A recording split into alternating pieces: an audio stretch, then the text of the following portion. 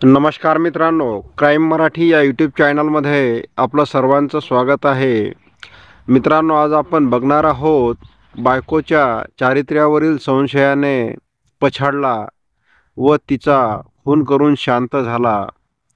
पुणे जिल्ह्यातील वाघोली हवेली या ठिकाणी राहणाऱ्या विमल दादाराव जाधव व दादाराव आनंद जाधव या दाम्पत्याला 5 मुली असून त्या 5ही मुलींची लग्न झालेली आहे. त्या आपापल्या सासरी नांदत आहेत.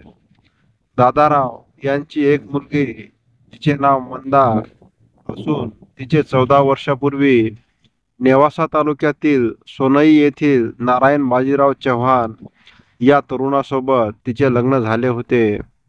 नारायण चव्हाण हा बिल्डिंग कॉन्ट्रॅक्टरचे सेंटरिंगचे काम करत असे, तर त्याची बायको मंदा ही इतरांच्या शेतामध्ये रोजंदारीने मजुरी करत असे.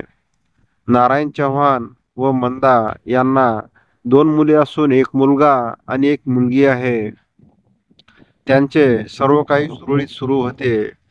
नारायण चव्हाण हा आपली बायको मंदा व मुलांना घेऊन राहुरी तालुक्यातील पश्चिमेकडील मोमीन आखाडा या परिसरामध्ये तो राहायला आला होता. नारायण हा सकाळी सकाळी घरून सेंटरिंगच्या कामावर निघून जायचा. त्यावेळी त्याची बायकोसुद्धा घरातील कामधंदा आवरून जवळपासच्या शेतकऱ्यांच्या शेतावर कामाला जात असायची, तर त्यांची मुले ही शाळेत जात असत. नारायण चव्हाण याची बायको मंदा ही शेतमजुरी करत असली तरी तिचे राहणे नीटनेटकेपणाचे होते. तसेच तिचा स्वभावही मोकळा असल्याने ती ओळखीच्या माणसाबरोबर मनमोकळेपणाने बोलत असे. त्यामुळे नारायण हा कामावरून घरी आला असता त्याची बायको इतर व्यक्तींसोबत हसत खेळत बोलत दिसायची.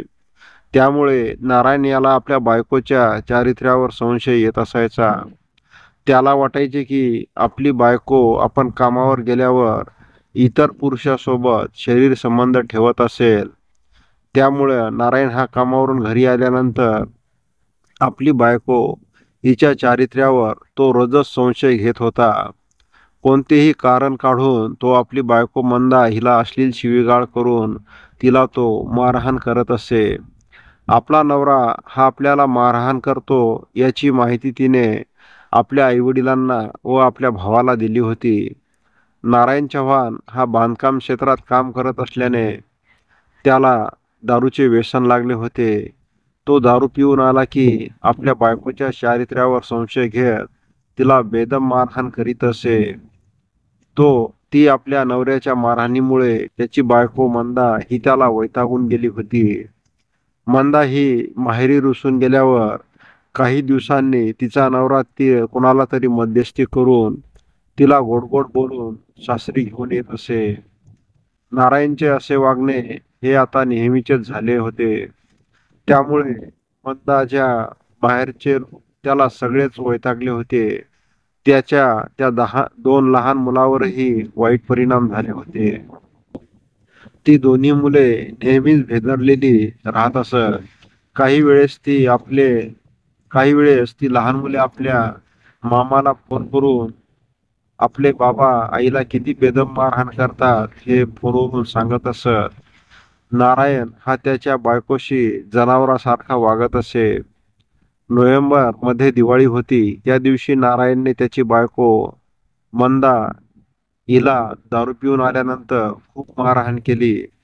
आपल्या नवऱ्याच्या मारहाणीला कंटाळून मंदा हिने 5 नोव्हेंबर 2024 रोजी तिच्या माहेरी पुणे येथील वाघोली हवेली इथे गेली.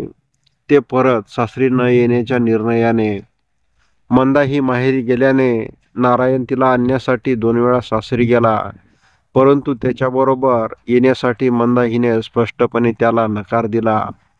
तो परत घरी आला. त्यानंतर नारायण याने आपल्या सासरी फोन करून आपल्या बायकोकडे विनवणी करून तो तिला सासरी येण्याची विनंती करू लागला. आपल्या मुलाकडे पाहून ती 23 नोव्हेंबर 2024 रोजी पुन्हा सासरी नांदण्यासाठी आली.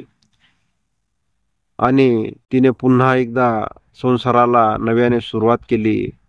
दिनांक 24 नोव्हेंबर 2024 रोजी तिचा नवरा नारायण चव्हाण याने दारू पिऊन मंदा हिला खूप मारहाण केली. तिला तो म्हणत असे, तुझ्या माहेरी कोणाशी तरी तुझे लफडे असेल म्हणून तू नेहमी नेहमी सारखी माहेरी जात असत. या संशयाने त्याच्या डोक्यामध्ये घर केले व तिला बेदम मारहाण केली आणि त्याने तिला घरामध्ये टाकून बाहेरून दरवाजाला कडी लावून तो तिथून निघून गेला. सायंकाळी 5 वाजण्याच्या सुमारास त्यांची 2 मुले घराकडे आली तेव्हा दरवाजाला बाहेरून कडी लावलेली दिसत होती. त्या मुलांना वाटले की आपली आई काही कामानिमित्त घराबाहेर गेली असावी. ते दोघेही दरवाजाजवळ आले व दरवाजा उघडून घरात पाऊल टाकणार तेवढ्यात ते पाऊल त्यांचे जागच्या जाग्यावरच थांबले. घरातील परिस्थिती पाहून त्यांनी आरडाओरडा करण्यास सुरुवात केली. त्यांचा आरडाओरडा ऐकून शेजारी पाजारी हे त्यांच्या घराकडे धावत पळत आले. त्यावेळी घरामध्ये मंदा चव्हाण ही रक्ताच्या थारोळ्यात पडली होती.